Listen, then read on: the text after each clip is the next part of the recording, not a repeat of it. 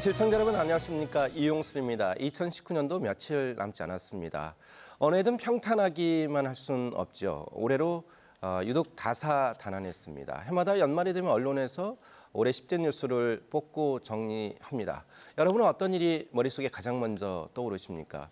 오늘은 생생 토론에서 다뤘던 주제를 바탕으로 지역을 달군 10대 뉴스를 뽑아봤습니다. 지난 1년을 돌아보고요, 새로운 한 해를 준비하는 시간이 됐으면 합니다. 그럼 먼저 오늘 토론에 함께하실 분들을 소개해드리겠습니다. 단국대 정책경영대학원 이성 교수 나오셨습니다. 네, 안녕하세요. 지역신문발전위원회 우이창 부위원장 자리하겠습니다. 네, 안녕하십니까. 정치평론가 이종훈 박사 나오셨습니다. 안녕하십니까. 대전 여성정치네트워크 임원정교 공동대표 자리하겠습니다. 네, 안녕하십니까. 먼저 트램 얘기해 볼까요? 이제 20년 넘게 이제 지역의 수건 사업이었죠. 대전 도시철도 2호선 트램 건설령입니다. 지난 1월에 이제 정부에서 이 사업에 대한 예비 타당성 조사를 면제해주겠다, 신속하게 추진하라, 이러한 조치를 내렸습니다. 그렇다면 이제 현재 진행 상황은 어떤지, 또 앞으로 트램 건설이 얼마만큼 속도를 낼 수 있을지 좀 이야기를 나누겠습니다. 먼저 이성 교수 말씀 이끌어 주시죠. 네, 지난 10년간 시장이 바뀔 때마다 건설 방식에 대한 논란 때문에 사회적 비용도 굉장히 많이 지출했던 그런 사업인데요. 다행히 문재인 정부에서 이제 예타 면제 사업으로 이제 통과가 돼가지고 시행을 하게 됐습니다. 네. 예, 2020년 이제 상반기 때 실시 설계를 착수해가지고 2022년에 착공해서 2025년 개통하는 그런 목표로 사업이 이제 추진되겠습니다. 네. 도시철도 2호선 전 얘기가 나온 거는 뭐 한 20년 정도 된 것 같습니다. 워낙 많은 시간이 흘렀는데요. 자, 시민들 입장에서 보면 어떤 기대감, 그리고 현재 어떻게 진행되고 있는 임원정교 대표 좀 어떻습니까? 일단 2030년까지 이 충청권 광역교통의 키워드가 철도, BRT, 환승이라고 이야기를 하고 있습니다. 실제 이제 외곽으로는 이 광역철도, 그리고 이제 이 대전의 도시 내부의 순환은 BRT 그리고 트램으로 이렇게 돈다라고 하면, 저는 이제 이 시대 흐름의 고령 사회의 흐름에서의 이 트램이라고 하는 이 교통 약자들이 편리하게 탈 수 있는 이런 이제 교통의 흐름이 실제 좀 적절하게 잘 좀 추진될 수 있도록 하는 거를 좀 잘 챙겨야 된다라고 생각이 들긴 합니다. 네. 우이창 부위원장 어떻습니까? 언론에서도 이제 많은 관심을 기울이고요. 또 후속 보도를 계속하고 있는데, 현재 좀 트램 건설이 시민들이 기대하는 것만큼 속도를 내지 못한다, 이런 얘기가 좀 있습니다. 좀 또 어떨까요? 기대들이 굉장히 많이 큰 것 같아요. 이제 오랫동안 그 진행되어 오지 못해서. 근데 이제 트램으로 결정되고 나니까 뭐 교통 문제 같은 걱정들을 많이 하시는데, 그 유럽의 그 트램을 운영하는 대부분의 도시들 보면은요, 그 기존의 그 승용차 운행 비율이 굉장히 높았던 도시들입니다. 그런데 트램이 건설되고 나서는 승용차 운행 비율을 굉장히 낮췄다는 그런 연구들이 많이 있거든요. 그래서 좀 기대가 되고 있고요. 좀 속도감을 좀 냈으면 좋겠습니다. 네. 이제 김영균 일주기가 이제 며칠 전이었죠. 김영균 씨 생각하면 좀 가슴이 먹먹합니다. 아까운 그 청춘을 어떤 작업 현장에서, 그것도 이제 안전조치가 제대로 돼 있지 않은 작업 환경에서 열심히 일하다가 목숨을 잃었기 때문에 안타까운 심정이 큰데요. 자, 우리 사회 산업 현장에서의 안전체감도라고 할까요? 안전지수 좀 여전히 높지 않습니다. 김영균 일주기가 우리에게 던진 어떤 시사점이라고 할까요? 이 부분은 좀 어느 분이 말씀 이어주실까요? 그 위험의 외주화 문제인데요. 사실은 이제 지난해 안타깝게 그 김용균 씨가 그 태안에서 태안 화력발전소에서 이제 그 숨지셨는데, 위험한 일을 외주로 함으로 인해서 하청 노동자들이 산재 위험에 아주 그 대단히 많이 노출돼 있고, 그래서 이런 부분을 좀 우리가 해야 된다라고 하는 게 이제 지금 우리 앞에 놓인 과제인 것 같고요. 근데 이제 1년이 지난 지금 되돌아보면 여전히 위험의 외주화는 현재 진행형이다, 이렇게 좀 보고 있습니다. 그 지난해 그 돌아가신 그 산재 하청 노동자들이 한 300여 명, 지금 여전히 그 매년 300여 명 이상 되고 있는 그런 실정이거든요. 그래서 이런 부분을 좀 줄여야 되는데, 다행히 이제 지금 산업안전보건 개정안이 이번에 이제 국회를 통과해서 내년 1월 16일이면 이제 그 산업안전보건법이 시행이 됩니다. 그래서 이제 조금 줄어들지 않을까라고 하는 건데 근본적으로는 법령으로 이렇게 뭐 줄이는 것보다도 일단 그 산업 현장에 계시는 혹은 그 외주를 주시는 그런 그 사업체 이런 데에서 근본적인 문제 인식을 좀 개선하지 않으면 고쳐지기 어려운 문제다 이렇게 생각하고 있습니다. 이정훈 근데요, 박사, 네, 예. 말씀 이어드시죠. 그럼에도 불구하고 지금 사실은 네. 그 최근에 많이 논란이 되고 있는 게 김영균 없는 김영균법이 좀 논란이 좀 되고 있지 않습니까? 그렇죠. 그러니까 그게 뭐냐 하면 김영균법 이제 이른바 산업안전관리법 모법은 지금 개정을 하긴 했습니다. 네. 자 그런데 시행령과 시행세칙을 만드는 과정에서 지금 사실은 좀 굉장히 위험한 여러 직종들이 다 제외가 돼 버렸다는 거예요. 네. 그러니까 아무래도 이제 뭐 그 산업계 쪽의 요구를 좀 많이 수용한 결과인 것으로 보이는데 그러다 보니까 이 김영균 씨가 실제로 사고를 맞았던 그 발전 설비, 발전 시설 관리 이런 쪽도 다 제외가 돼 버렸다는 네. 거예요. 특히 많이 지금 이제 이런 산재가 발생하는 분야가 조선소도 있고요. 네. 그다음에 이제 뭐 굴삭기라든가 뭐 이런 그 건설 현장에서도 이제 많이 그 산재가 발생하고 있는데 네. 이 산재가 주로 많이 발생하는 분야는 결과적으로는 다 제외가 돼버린 네. 그런 식으로 지금 이제 시행령 개정 작업이 이루어지고 있어서 이게 좀 논란이 되고 있습니다. 그래서 김영균 씨의 그 희생에도 불구하고 사실 이 부분은 좀 개선되는 부분이 실질적으로 별로 없을 가능성이 높아서 좀 우려가 제기되고 있다. 그래서 이 부분은 뭐 지금 민변이라든가 뭐 민주노총 쪽에서 문제 제기를 하고 있습니다만 이거는 뭐 그러니까 이념의 문제를 떠나서 이게 국가 전체적으로 보더라도 생산성을 제대로 유지 관리하기 위해서라도 이건 반드시 산재 부분은 잘 처리를 해야 되는 그런 상황이기 때문에 이거는 조금 지금 진행되고 있는 시행령, 시행세칙을 좀 기본적으로 다시 좀 재검토를 해야 되지 않나 이런 생각을 좀 하게 됩니다. 이성 교수 어떻습니까? 이제 우리가 이제 청년 취업 문제를 거론할 때마다 네. 청년들이 3D 업종을 좀 기피한다. 고생을 안 해봤다. 이러한 어떠한 그 청년들의 어떤 취업 의지에 대해서 좀 싫다는 목소리가 있는데 청년들 입장에서 보면 이렇게 3D 업종의 어떤 안전 조치가 제대로 안 되면은 네. 그리고서 우리한테 뭐 3D 업종이 취업하라는 이런 얘기가 나온단 말이죠. 네. 고용 유연성에 대한 부분 때문에 이제 비정규직이 굉장히 많이 늘었잖아요. 폭발적으로. 예. 그런 부분에서 이제 청년들이 갖는 거는 정규직과 비정규직에 대한 그 차별에 대한 부분들이 네. 굉장히 더 큰 것 같아요. 같은 일을 하는데 실질적으로 어떤 보장이라든가 처우는 엄청난 차이를 느끼고 있는 것이죠. 여기도 이제 문제가 뭐냐면 비정규직이라는 그 부분 때문에 네. 이렇게 최소한의 안전까지도 보장받고 있지 못하다는 데 큰 문제가 있는 것이거든요. 그러니까 단순하게 안전을 보장해 줄 수 있는 법 체계를 만드는 것뿐 아니라 좀 더 넓게 본다면 비정규직과 정규직의 차이를 네. 어떻게 좁혀나갈 것인가 이런 부분에 더 큰 과제가 있지 않는가 생각이 네. 듭니다. 예. 그 올해가 이제 3.1운동 그리고 또 임시정부 수립 100주년이 되는 해였고 이제 국가적으로 또 충청 지역 차원에서도 많은 행사가 있었습니다. 뭐 충청도는 이제 충자리 고장 또 항일 독립투사가 많이 배출돼 가지고요 더 뜻깊은 한 해였는데 자 올해 어떤 정부 주도의 행사 우리 국민들에게 어떤 어떤 심정적인 변화가 있었을까요, 이정 박사님? 근데 사실은 좀 네. 100주년임에도 불구하고 그렇게 그 국민적으로 좀 성대하게 치러지지 못한 그런 감은 없잖아 있습니다. 네.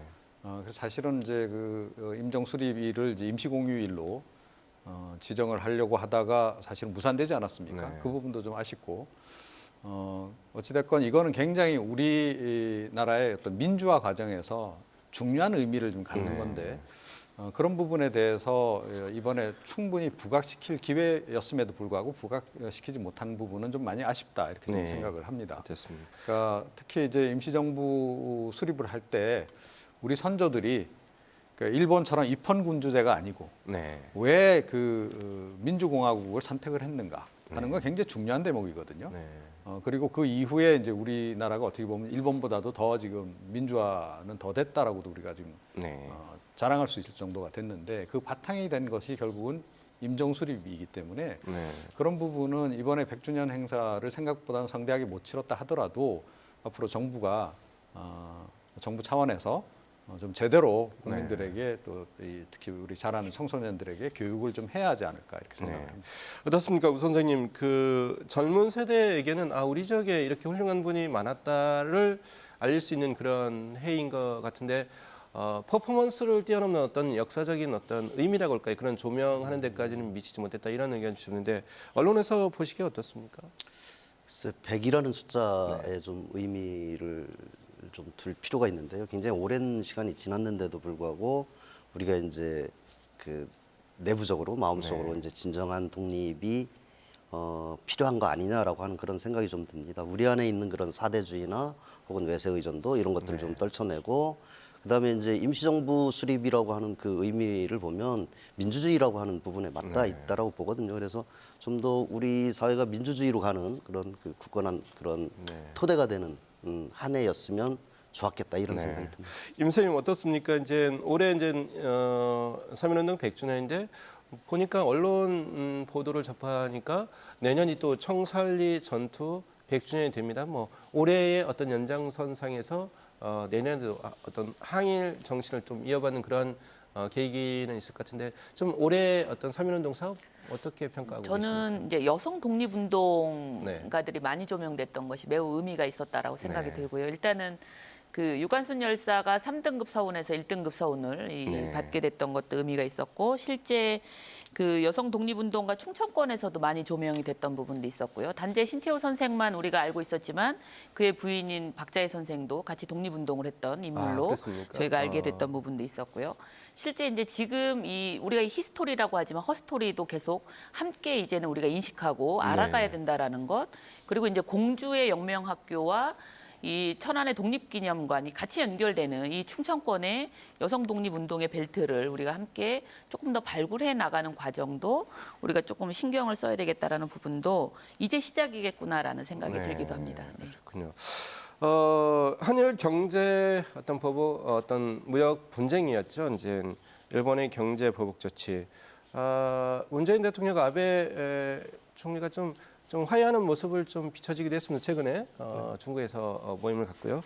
자, 어떻습니까? 한일 갈등 고조. 지금은 좀 약간 진정되는 국면인 것 같은데 어떻게 보십니까? 올해 공교롭게도 네, 3.1운동 네. 그리고 임정 100주년 그 기념인데 또 한일 관계는 굉장히 또 악화됐던 그런 한 해입니다. 말씀하신 대로 24일 날 그 청도에서 15개월 만에 이제 한일 정상이 만났죠. 그러면서 뭔가 좀 돌파구를 만들려는 그런 부분들은 좀 서로 공감을 하는 것 같습니다. 특히 이제 지소미아에 대한 그 종류를 좀 유예하면서 일본 측에서도 이제 뭐 수출 규제에 대한 일부 완화라든가 이런 액션들이 있었어요. 그리고 이제 연말이 지나고 내년 되면은 조금 더 한일 관계가 복원될 수 있는 호재들이 있습니다. 호재요? 예, 그런 것들이 이제 7월에 도쿄에서 이제 올림픽도 앞두고 있고 또 무엇보다도 이번에 이제 수출 당국자 간의 긴밀한 좀 협의를 하겠다라는 것도 합의가 됐고 또 이제 문희상 의장이 좀 제시했던 부분인데 이 강제징용 배상에 관련된 문제를 이제 해당 기업들이 현금화로 지원한 부분에서 조금씩 그 의견을 좀 좁혀지고 있는 것 같아요. 근데 여기에서 가장 큰 문제는 정서적인 문제 같습니다. 정서적인 반일 감정 말씀하시는 국민적 거죠? 정서가 그런 부분들을 어떻게 따라갈 것인가. 이게 아마 내년에 한일 관계에 있어서 가장 중요한 포인트가 아닌가 이렇게 생각이 듭니다. 이종 박사 어떻습니까? 우리도 이제 그 일본의 보복 조치에 대해서 당황했지만 일본도 좀 당황한 면이 있단 말이죠. 좀 이러한 그 어떤 당황스러움, 양국 간의 당황스러움이 좀 다시는 좀 되풀이되지 않을 것 같은 그런 생각도 드는데 어떻게 보십니까? 그러니까 이번 일을 좀 반면교사 삼아서 그러니까 한일 관계를 조금 더 진전시킬 필요는 있다 이렇게 좀 생각을 하고요. 그러니까 일본이 가장 지금 이제 많이 놀랐던 부분은 그 우리의 이제 일본 상품 불매 운동 거기에 대해서 일본 여행 자제. 일본 여행 자제가 실제로 그 일본 지역 경제에 굉장히 악영향을 미치는 이제 그런 그 상황 아니겠습니까? 그래서 일본 정부가 그 대마도 같은 경우에는 뭐 예산을 특별히 또 따로 편성을 해서 지원을 해야 되는 그런 상황까지 이제 갔단 말이에요. 자, 이제 이렇게 되고 보니 이제 이거 좀 잘못한 것 같다라는 판단을 내린 것 같고 그래서 이제 출구 전략을 향해서 지금 양국이 지금 향해 가고 있는 그런 그 상황인데요. 그러니까 이 강제징용 그 재판 관련해서도 일본 쪽에서는 어찌됐건 한국 정부가 뭔가 해결책을 지금 내놔야 된다라고 지금 이야기를 하고 있는 상황 아니겠습니까? 그래서 이 문제를 완벽하게 피해갈 수는 없을 것이다라고 저는 생각이 들고요. 그러니까 뭐 문희상 의장이 내놓은 1+1++ 알파 그 안도 있습니다만 거기에 대해서 아마 우리 정부가 뭐 어느 정도는 어찌됐건 직간접적으로 개입하는 형태의 네. 모양새를 취해줘야 일본 정부도 그 만족해야 하지 않을까 이렇게 생각이 네. 들고요. 그런 정도는 뭐 우리 정부 쪽에서도 대의를 그르치지 않는 차원에서 또 그 정도 수준에서는 좀 할 수 있지 않을까 이런 생각이 들고 뭐 그렇게 지금 서서히 지금 이제 그 종결점을 향해 나가고 있는 상황이 아닌가. 네. 그리고 포토레지스트 이제 수출 부분을 최근에 이제 완화시키지 않았습니까 일본 정부가. 자 그래서 그거로 이제 불충분하다 뭐 이런 지적도 있습니다만 사실은 불화수소 같은 거 이런 것들은 뭐 우리가 충분히 그 국산화가 가능한 그런 부분이고 포토레지스트가 그나마 이제 제일 까다로운 그런 소재였기 때문에 그것까지 풀리면 사실은 뭐 거의 다 풀린 거나 다름이 없다. 네. 이렇게 이제 봐야 될 것 같고요. 그러니까 지금 2단계를 좀 넘어서 사실은 이제 한일 갈등을 좀 넘어서는 그런 차원에서의 어떤 노력, 네. 그런 노력들이 양국 간에 더 진행돼야 될 필요성이 좀 있지 않나 이렇게 네. 생각합니다. 이제 충남의 이제 반도체 디스플레이 어떤 소재 산업, 이제 일본으로부터 이제 부품 소재를 받아서 완제품을 만드는 그런 어떤 사업장이 많기 때문에 충남 지역의 어떤 타격이 심했을 것 같은데요. 일본 국민들 그리고 우리 국민들도 이제 이 양국 관계가 나빠져서 득될 건 없다 이런 어떤 경험치가 생긴 것 같습니다. 내년에 앞으로 어떻게 진행이 될 건지 의창 선생님은 어떻게 전망하고 계십니까? 그 사실 그 가장 걱정했던 게 이제 충남 네. 탕정에 저 삼성 그 디스플레이가 있고 또 네. 아산 테크노밸리에 그런 관련 기업들이 굉장히 많아서 이번 그 일본과의 그런 그 마찰 이것을 통해서 이제 걱정을 많이 했죠. 이제 피해가 많이 올 것으로. 그런데 다행히 이제 정부나 아니면 반도체 업체가 일본 그 수출 규제 품목에 대해서 국산화 네. 착수하고 또 대체 수입처 찾고 이렇게 하면서 현재까지는 이제 생산 차질이 빚어지지는 않은 걸로 그렇게 네. 지금 얘기가 나오고 있습니다. 그래서 다행이다라고 생각이 듭니다만 그러나 이런 관계가 이제 오래 지속되면 네. 국가적으로 국가 경제나 또 혹은 뭐 대외 관계나 이런 부분에 있어서 악영향이 미칠 수밖에 없죠. 그래서 네.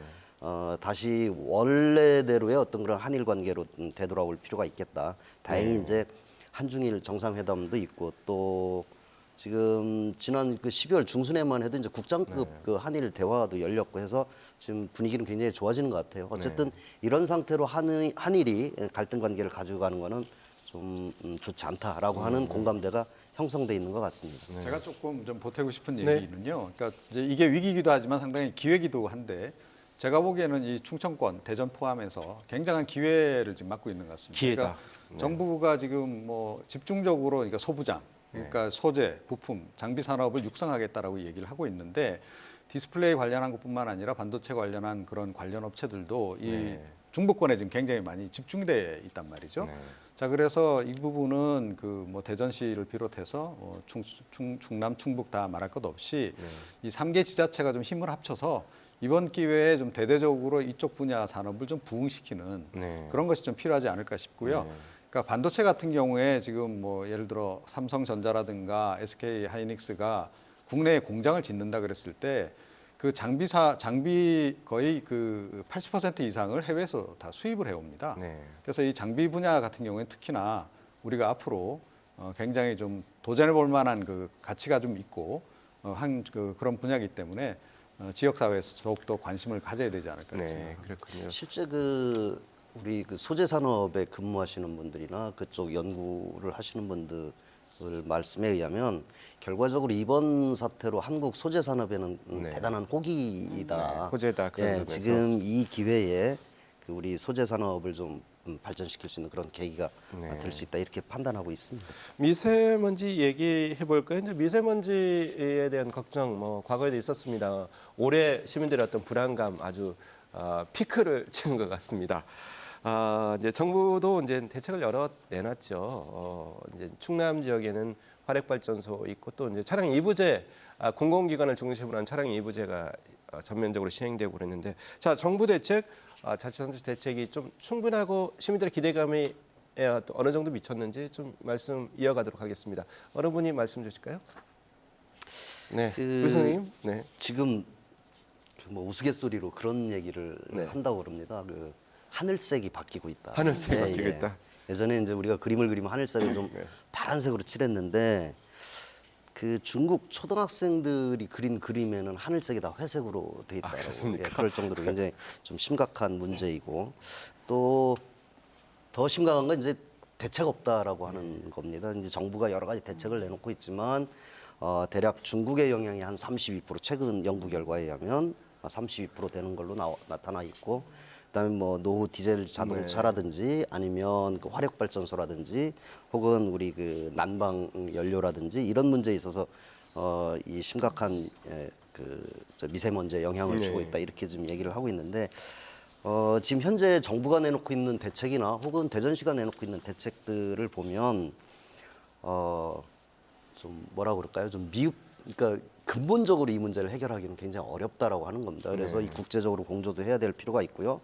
그다음에 우리 이제 디젤 자동차를 전환해야 되는 문제, 혹은 화석 연료를 사용하는 그 발전소 이 문제도 좀 점차 대체해 나가는 문제 이런 것들을 동시에 지금 진행하고는 있습니다만 이게 근본적으로 해결할 수 있을 것인지에 대한 그 근본 의문은 들고 있습니다. 네, 미세먼지 어떤 우려 이런 것에 대해서는 이제 남성보다 여성분들의 이제 건강에 대한 자녀에 대한 가족에 대한 걱정이 크기 때문에 더 남다른 좀 관심도가 높은데요. 자, 임원 정교 대표님 어떻습니까? 여성분들이 실제 어떤- 미세먼지가 임산부에게 미치는 영향이 있습니다. 태아에게 영향을 직접적으로 미치기도 하고요.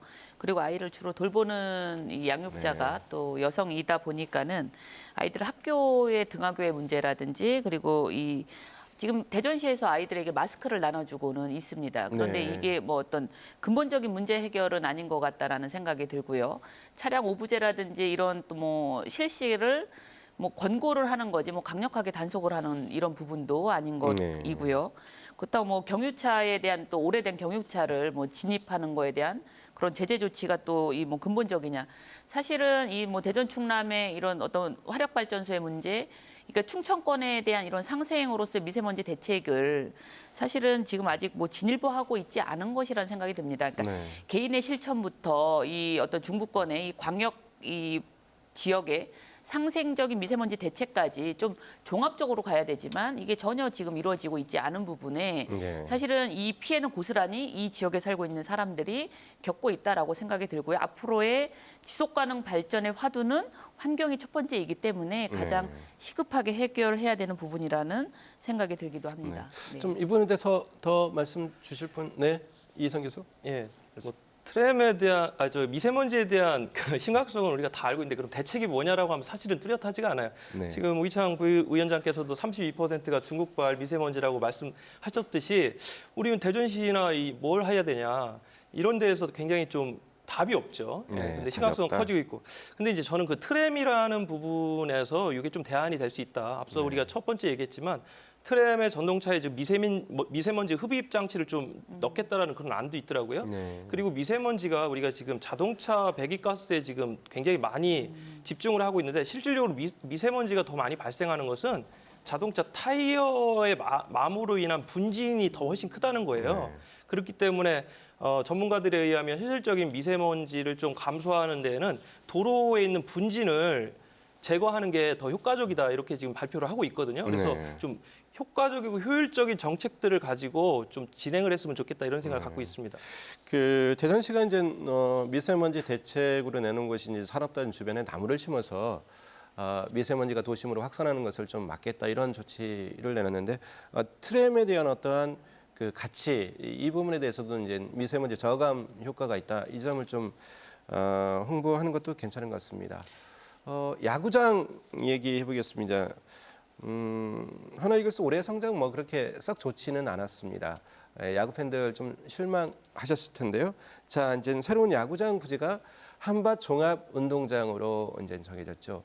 그 앞으로 이제는 어떻게 추진되는 건지 좀 말씀 서로 이어가겠습니다. 이선 교수님 먼저 전문가시니까. 네, 야구장은 뭐 사실은 선정지 후보지죠. 예, 논란 때문에 더 올해 이슈가 됐던 그런 분야인데요. 먼저 확정이 됐고 또 건설비도 1,393억으로 이제 한밭운동장 부지에 건설하겠다는 거거든요. 22,000석으로 이제 건설이 되고요.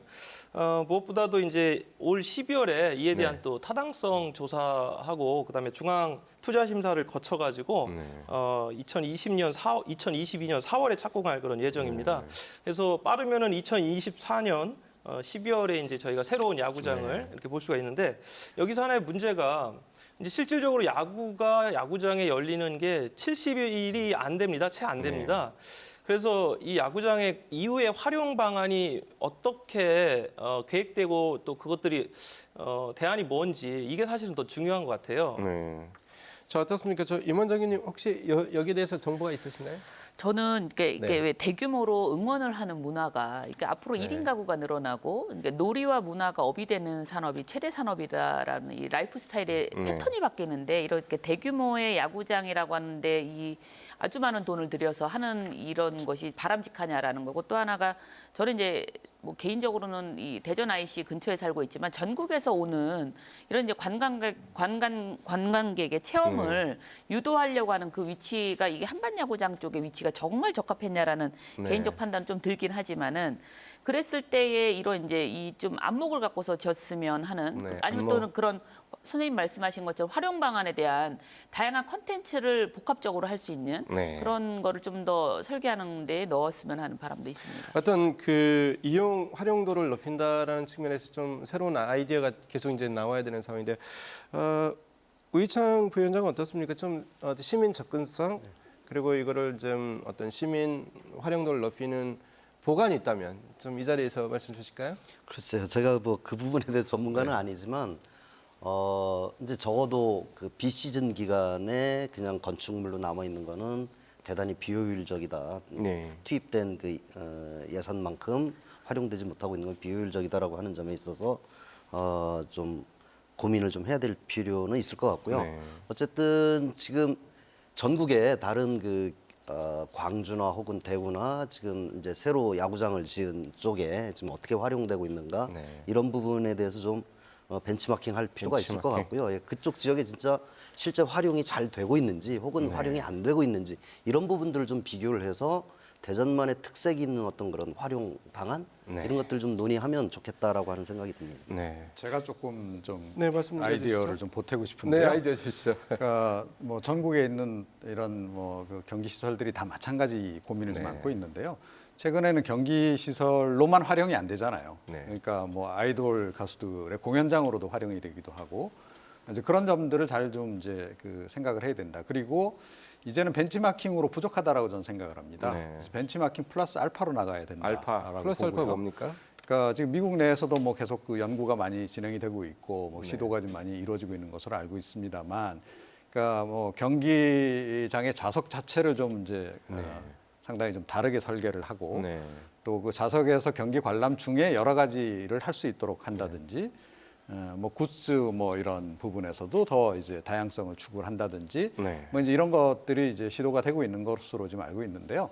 그러니까 어차피 짓기로 한 거, 좀 아예 지을 바에는 좀 그야말로 초첨단으로 좀 가보면 초첨단. 어떨까. 네. 그러니까 다양한 재미난 그런 그 기술들을 많이 좀 포함을 시켜서 예를 들어 지금 최근에 그 해외에서도 굉장히 관심을 끌고 있는 게 뭐가 있냐면 우리나라 버스 정류장 좌석에 그 열선이 들어가서 따뜻한 좌석이 이루어지고 있다라는 거, 네. 이런 것들이 굉장히 또 관심을 많이 끌고 있는 그런 상황이거든요. 네. 자, 그래서 제가 보기엔 경기장 자체도 중요하지만 거기에 어떤 소프트웨어들을 포함시킬 것인지를 좀 잘 고민한다면 네. 상당히 좀 재미있는 그런 그 경기장이 만들어질 것이다. 네. 그러면 그 지금 이제 비성수기에도 활용도가 높아지지 않을까. 그래서 이걸 반드시 야구 경기에만 초점을 두지 말고요. 네. 다른 경기들, 예를 들어서 뭐 우리나라 같은 경우에는 뭐 게임 경기도 굉장히 대규모 네. 이런 경기 같은 것들이 있지 않습니까? 뭐 그런 것도 유치해서 뭐 할 수 있도록 네. 그런 환경을 일단 만드는 것이 굉장히 좀 중요하지 않을까 이렇게 네. 생각합니다. 짧게 하나만 좀 덧붙일게요. 네, 그러시죠. 무엇보다도 지금 한밭운동장 주변에 보면은 네. 굉장히 좀 복잡합니다. 주차면을 조성을 해도 진입하는 데 굉장히 한계가 있어요. 네. 그래서 접근성을 높이는 게 굉장히 중요한데, 그리고 한밭운동장에 이제 저기 선정한 것도 원도심 활성화라는 부분하고 좀 네. 같이 고려가 된 건데, 그래서 지금 대흥동의 그 지하상가가 루트하고 그 한밭운동장하고 지하상가를 연결하면 한 700m 정도만 연결하면 됩니다. 그럼 그게 다 자연스럽게 원도심하고 도보로 연결될 수 있는 그런 그 루트가 만들어지거든요. 네. 그래서 그런 부분들도 한번 고려했으면 좋겠다는 생각이 듭니다. 지금 뭐 아이디어를 뭐 많이 내십니다. 하나신데 예. 축구 얘기해 보겠습니다. 대전 시티즌이 이제 기업 구단으로 바뀌죠. 하나금융에서 대규모 투자를 해서 현재 이제 이사장으로 허정무 씨가 내정이 됐습니다. 선정이 됐고요. 자, 대전 시티즌 운명 어떻게 될 것인가? 앞으로 좀 많이 발전할 수 있겠죠? 어떻습니까? 의창 부위원장님 어떤 전망 어떻게 가져가고 계십니까? 예, 지금 뭐 대전 시티즌 기업 구단으로 전환한다라고 하는 데 있어서 이제 뭐 일부 비판 의견도 있는 것 같습니다. 네. 이게 시민 구단을 기업에 팔아넘기는 거 아니냐 뭐 이런 그 네. 비판도 있고요. 또 우리가 이제 시민 구단이라고 하는 뭐 자부심도 있었는데 이것이 이제 좀 기업으로 넘어가는 거 아니냐라고 하는 우려도 있습니다. 그런데 이게 양날의 검인 것 같습니다. 사실 대전 시티즌 얘기를 해보면 기승전 돈으로 넘어갑니다. 기승전 예. 돈이요. 돈. 돈이 없어서 생기는 문제들이 굉장히 현재 이제 매년 80억 원이 이제 대전시에서 보조를 해주고 있고요. 이게 지속적으로 이제 혈세가 지출이 되고 있고 심지어 이제 2018년에는 구단 직원들 임금도 못 줘서 이제 한 6억 원 추경 예산도 편성을 했고요. 지금 이제 대표이사 감독 한 20년 동안 사장만 한 16번 정도 바뀌었습니다. 20년 동안 사장 예. 16번. 네. 그리고 이게 임기가 지켜진 적이 한 번도 없습니다. 그래서 그러다 보니까 이제 2부 리그로 이렇게 전전하고 있고 돈 되는 스타 플레이어는 다 팔고 네. 그러다 보니까 이 오는 선수들도 내가 대전 시티즌 선수가 아니라 그냥 잠시 거쳐가는 선수로 이렇게 또 잘못 영입해서 돈 쓰는 경우도 굉장히 많았고요. 근데 이런 문제들을 좀 해결할 수 있는 게 뭐라고 그럴까요? 자부심에는 좀 손상이 갔지만 그래도 기업 구단으로 가는 것 이것이 최선의 방책 아니었나 이런 생각이 듭니다.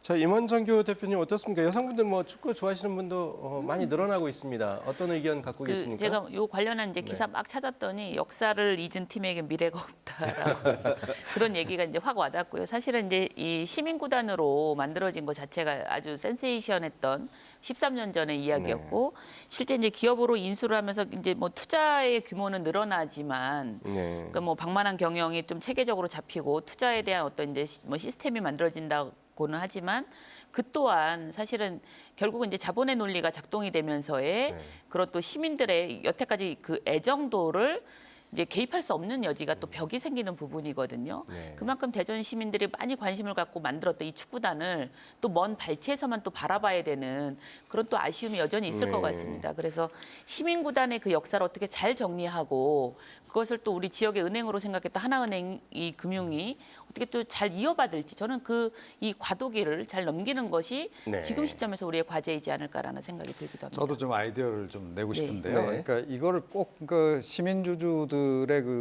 그걸 다 주식을 다 매각해서 네. 넘어가는 이런 거를 꼭 갈 필요가 있을까 이런 생각을 좀 하게 돼요. 네. 그러니까 뭐 시민 플러스 기업으로 갈 수도 있는 거 아니겠습니까? 그러니까 기존에 있는 그 주주의 주주 권한을 인정을 하면서 이제 새롭게 이제 그 유입되는 그 자금 그거하고 이제 비율을 정해서 사실은 주주 권한 그 주주의 가치, 주식의 가치를 재평가해서 이제 지정을 하면 되는 거라고 보고 그래서 저는 이 그 시민 주주의 권한도 그대로 유지를 해 나가면서 네. 그러면서 이 기업 구단으로 발전시켜 나가는 것이 그 기업 구단 입장에서도 훨씬 더 좋지 않을까 이런 생각을 좀 하게 됩니다. 그 이 선생님 뭐 시사 평론가로 알고 계시는데 스포츠 전문가이십니다. 많은 의견 주셨고요. 자, 이제 청년 취업 시즌입니다. 혁신도시법 개정안이 통과돼서 우리 지역의 청년들도 이제 공공기관에 취업할 수 있는 어떤 기회 여건이 좋아졌습니다. 앞으로 청년들의 공공기관 취업 어떤 가능성 좀 문호가 많이 개방되는 거죠, 이희성 교수님? 네, 혁신도시 개정법 관련돼 가지고 이제 뭐 17개 공공기관에 뭐 최대 30%까지 어떤 지역 인재를 채용하는 의무화가 되는 건데요. 뭐 청년들에게는 굉장히 희소식이죠. 그리고 대전시라든가 지역 정치권에서도 꼽는 뭐 네. 2019년 가장 큰 뭐 자랑거리 뉴스를 네. 꼽으라면 이게 항상 올라오더라고요. 그 정도로 상당히 이 그 개정을 위해서 많은 영역에서 네. 노력을 한 건 사실인데 이제 이게 그 이유가 문제라는 것이죠. 그리고 더 이후의 문제요? 예. 더 중요한 것은 지난번에도 한번 그런 이야기가 있었는데 17개 공공기관이 대부분 연구 분야에 한정돼 있다는 것이죠. 네, 예, 그렇다면 그 혜택을 보는 지역 청년들도 일부 몇몇 과에 국한되는 것이 아니냐 이런 좀 우려가 있는 것도 사실이고 어찌됐든 제일 중요한 것은 개정이 아니라 지역의 이제 혁신 도시를 유치하는 게 이제 더 큰 과제로 남아 있는 것 같아요. 네, 그렇군요.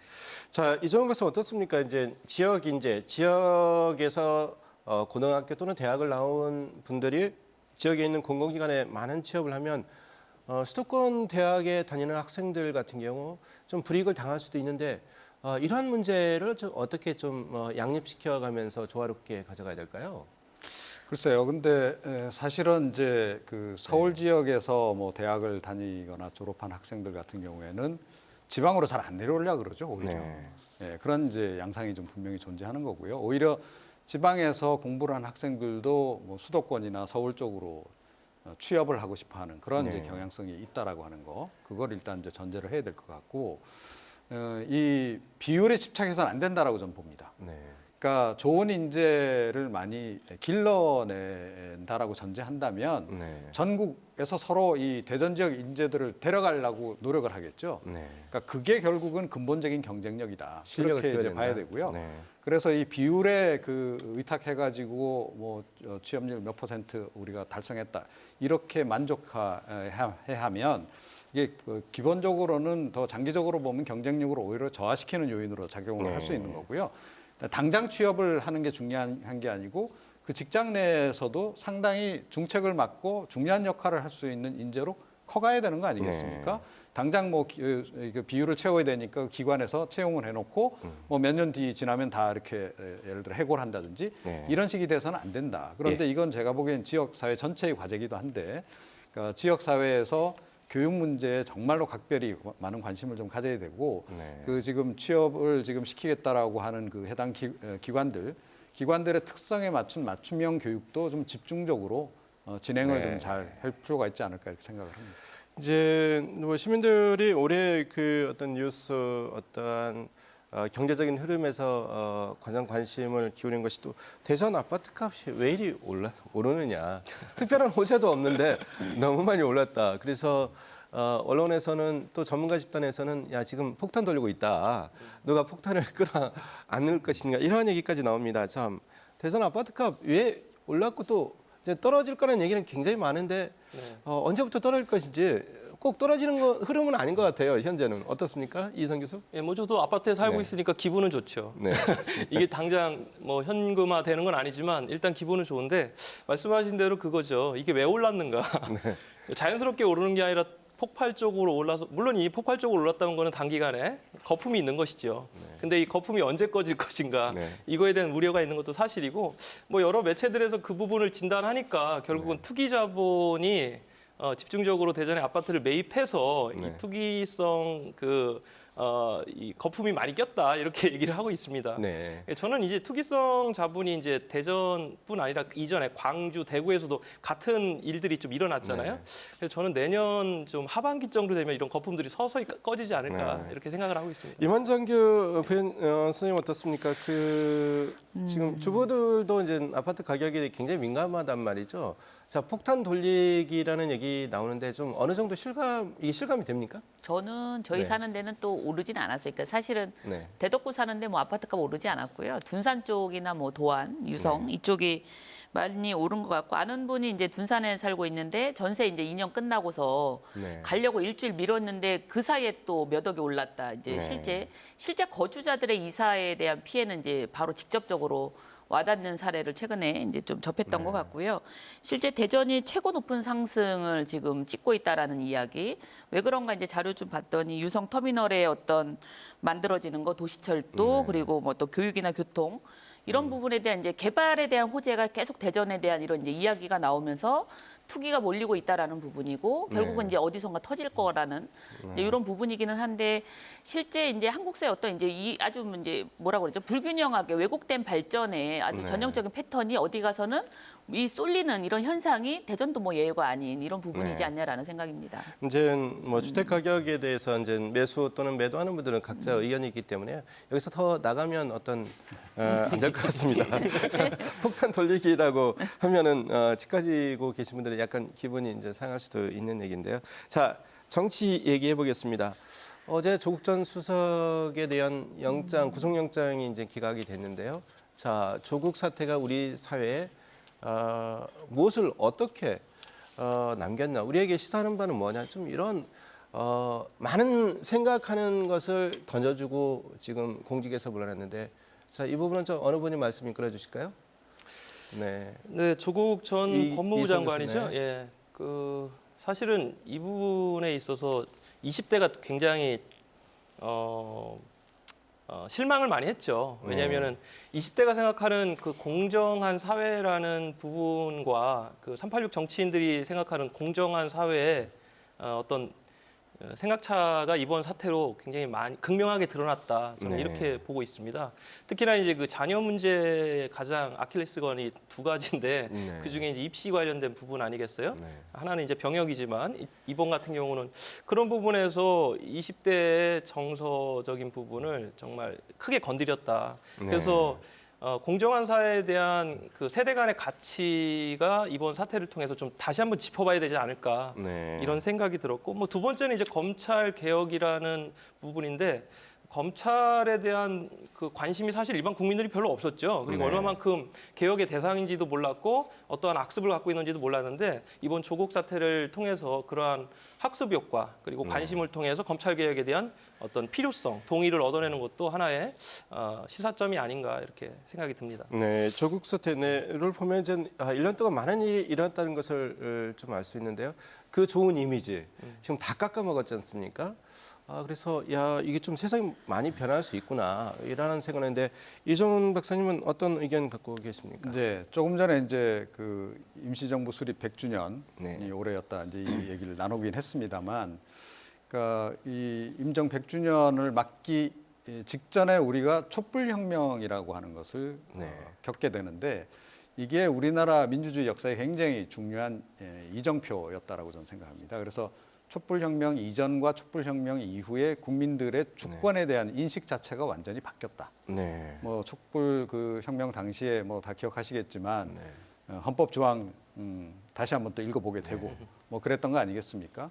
자 이제 그렇게 이제 사회가 많이 바뀌었는데, 그러니까 보수 진보를 불문하고, 그러니까 여전히 그 구습을 좀 못 버리고 있었던 부분들. 네. 또 그때는 미처 깨닫지 못하고 그냥 어떤 분위기 휩쓸려서 했던 많은 그 폐습들이 이제는 문제가 된다라고 하는 것이 이번에 여실히 좀 확인이 된 게 아닌가. 네. 그래서 조국 전 장관 같은 경우에는 특히 뭐 이중성, 진보의 이중성에 대해서 많이 또 논란이 되기도 네. 했었고, 그런데 이걸 계기로 해서 제가 보기에는 이제 그 이념 시대도 이제 어떻게 보면 이제 네. 9세대의 것으로 이제 물러가는 그런 상황이 될 것이고, 앞으로 굉장히 빠른 속도로 그 정치권에도 좀 변화가 있을 가능성이 좀 높아졌다. 네. 그러니까 대한민국에도 그야말로 마크롱 같은 대통령이 나올 시점이 되지 않았나 이렇게 생각합니다. 네. 의창 선생님 어떻습니까? 지금 언론에서도 올해 지금 조국에 대한 어떠한 지금 수많은 기사를 쏟아냈는데요. 참, 예. 언론 기사를 이제 검색하시면서 평가해 주신 입장이신데 좀 어떤 감회가 있으신가요? 그 사실 이제 저는 우리 그 이성 교수님 의견하고 이제 좀 비슷한 의견이긴 한데, 우리가 이제 공정과 정의에 대한 네. 것에 대해서 근본적인 질문을 우리 사회에 던져줬고, 그다음에 이제 검찰 개혁에 대해서 지금 현재 뭐 그 무차별적인 그런 압수수색이나 별건 수사 이런 부분에 대해서 이제 문제 제기한 거는 뭐 동일한 의견이고요.